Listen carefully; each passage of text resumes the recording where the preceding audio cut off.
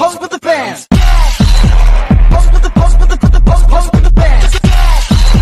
Pose with the pose with the pose with the fans. Pose with the pose with the pose with the fans. Pose with the pose with the pose with the fans. Pose with the fans.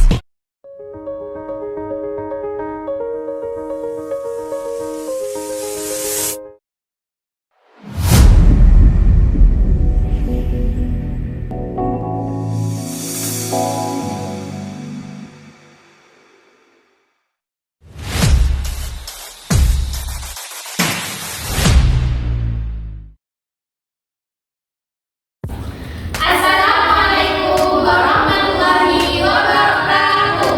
Hello guys. Okay, we will explain about imperial question. Will be explained by Linda. I will explain about inferential question. Apa sih inferential question? Inferential question adalah pertanyaan yang meminta pembaca untuk menarik kesimpulan berdasarkan informasi yang tersirat dalam teks. Jawaban tidak dapat ditemukan secara langsung atau eksplisit di dalam bacaan. Maksud eksplisit di sini tidak terlihat jelas di dalam bacaan, sehingga pembaca harus memahami makna yang tersembunyi, hubungan antar ide, atau dampak dari pernyataan tertentu. Contoh kata kunci dalam soal: implied, inferred, likely, probably. Selanjutnya pada slide yang ke-21, yaitu scanning to answer inferential question. Scanning, a text man looking toward it quickly to find specific information. Scanning is commonly used in everyday life. For example, when looking upward in a dictionary or film video, find name in the context directory of your phone. Scanning and another quick reading skill, skimming, are often confused, though they are with the evidence. While skimming is concerned with finding general information, namely the main ideas.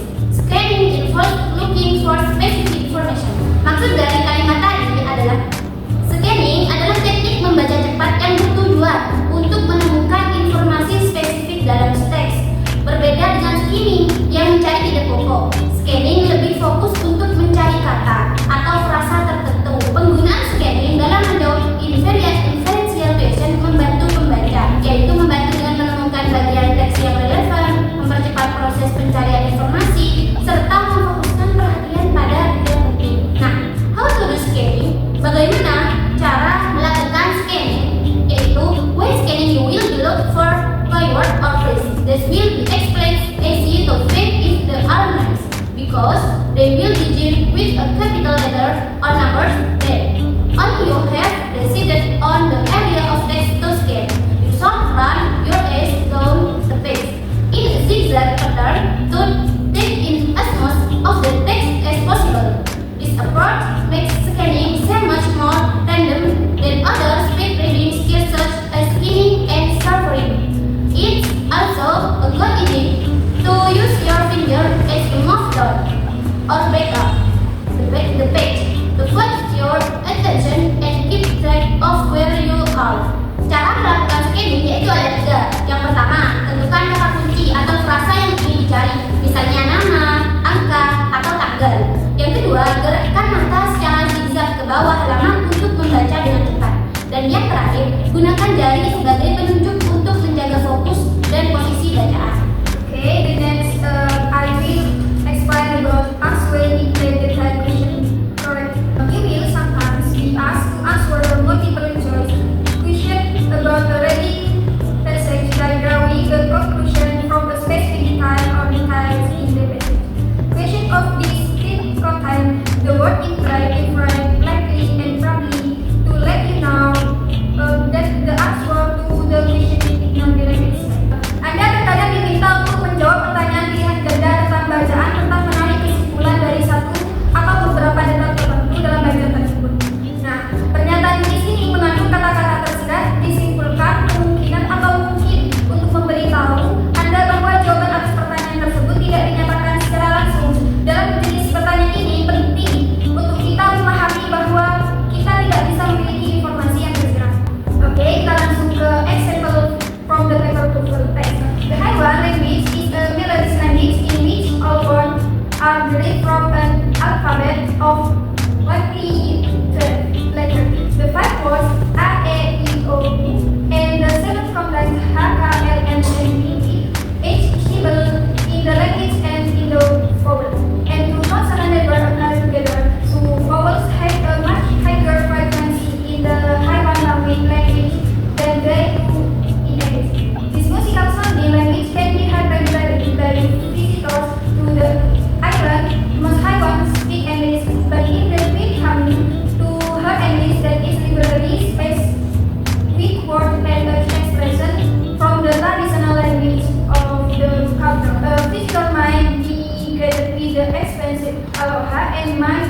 referred to as Malini because he is a newcomer to the island. The visitor may attend an outside louder.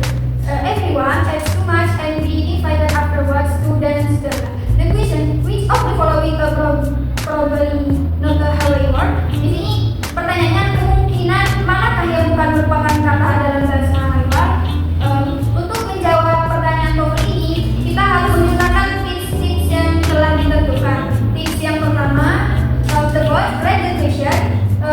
Second, look for a clue in the question. The third, go to the text and focus on the sentence that has the some word or clue with the question. Tips untuk cara menjawab soal TOEFL di atas yaitu yang pertama yaitu dengan satu baca soalnya, yang kedua yaitu cari petunjuk dalam soal, yang ketiga temukan kalimat dalam teks tersebut yang mengandung petunjuk tersebut. Nah, kan pertanyaannya kemungkinan manakah yang bukan merupakan kata dalam bahasa Hawaii? Nah, jadi kita dijelaskan bahwa dalam bahasa Hawaii dua konsonan tidak pernah muncul bersamaan. Maka pilihan yang mengandung dua konsonan berurutan adalah jawaban yang benar. Dari jawaban di atas, yang C yang merupakan bahasa Hawaii yang dua konsonannya tidak pernah muncul bersamaan atau berurutan. Okay, next, I will explain about deep detail question. Sudah diketahui tadi deep detail question di sini yaitu sebuah pertanyaan tentang informasi yang tersirat, jadi tidak disebutkan secara langsung dalam teks, tetapi dapat disimpulkan dari informasi yang ada. Jadi how to identify the question, bagaimana cara mengidentifikasikan pertanyaan dari deep detail question di sini. Jadi on board paper and computer test, di sini pada teks kertas dan komputer itu ada beberapa cara. Nah, yang pertama di sini it is implied in the passage that. Nah, di sini menjelaskan artinya itu tersirat dalam bacaan bahwa di sini soal ini tidak menerima informasi yang tertulis langsung, tapi mengujinya apakah kamu bisa menemukan makna tersirat dari isi bacaan tersebut. Yang kedua di sini it can be inferred from the passage that. Artinya dapat disimpulkan dari bacaan bahwa di sini menunjukkan bahwa kalian itu harus menggunakan logika dan di dalam teks tersebut untuk menarik kesimpulan meskipun tidak disebutkan secara langsung. Nah, yang tadi di sini it is most likely that, kemungkinan besar bahwa tidak direktif. Jadi pertanyaan di sini meminta kalian menebak hal yang paling mungkin terjadi berdasarkan teks bacaannya. Nah, nomor 4 di sini what probably happen. Apa yang kemungkinan besar terjadi. Soal ini meminta para pembaca di sini memperkirakan kejadian berdasarkan petunjuk dari teksnya. Tadi itu where to find the answer, di mana menemukan sebuah jawabannya itu. Nah, jawaban dari pertanyaan tersebut biasanya ditemukan secara berurutan dalam teks. Nah, artinya informasi yang relevan akan muncul sesuai urutan bacaan dalam teksnya. Nah, yang terakhir, how to answer the question. Number 4, use a keyword in the question. Pilih kata kunci dalam pertanyaannya. Apa kata kunci dalam pertanyaan di dalam teks tersebut? Number second, scan the pages for the keyword or a related idea.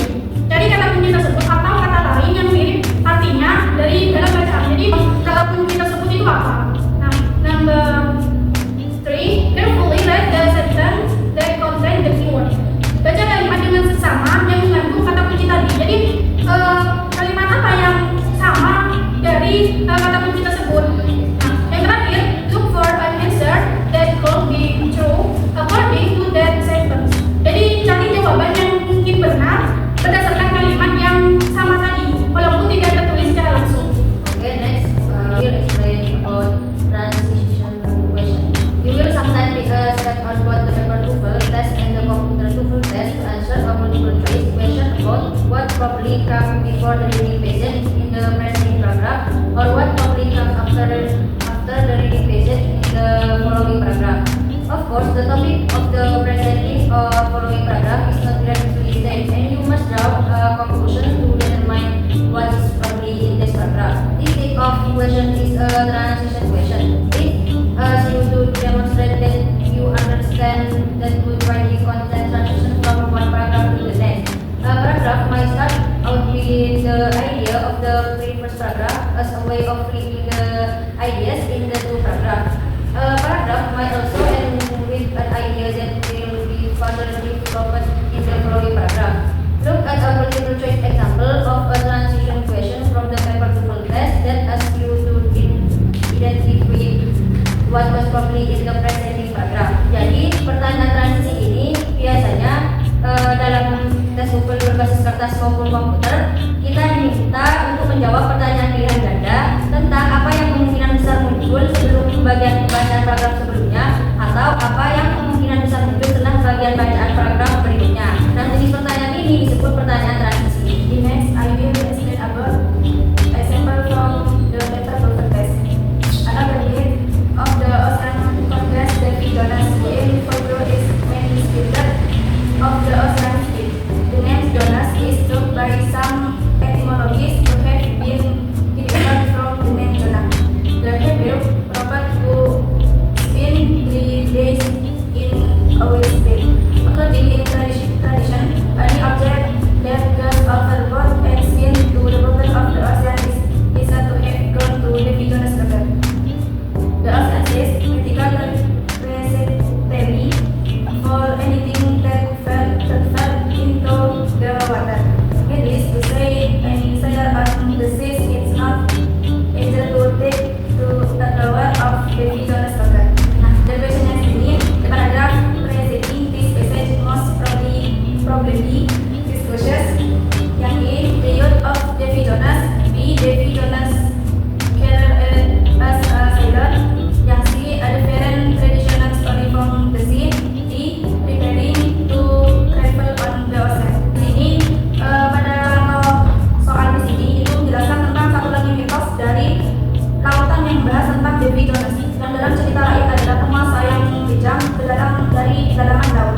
Nah, nama Jonas sendiri diyakini oleh beberapa ahli etimologi berasal dari nama Jonah, nabi Ibrani yang menghabiskan waktu di dalam perut ikan paus.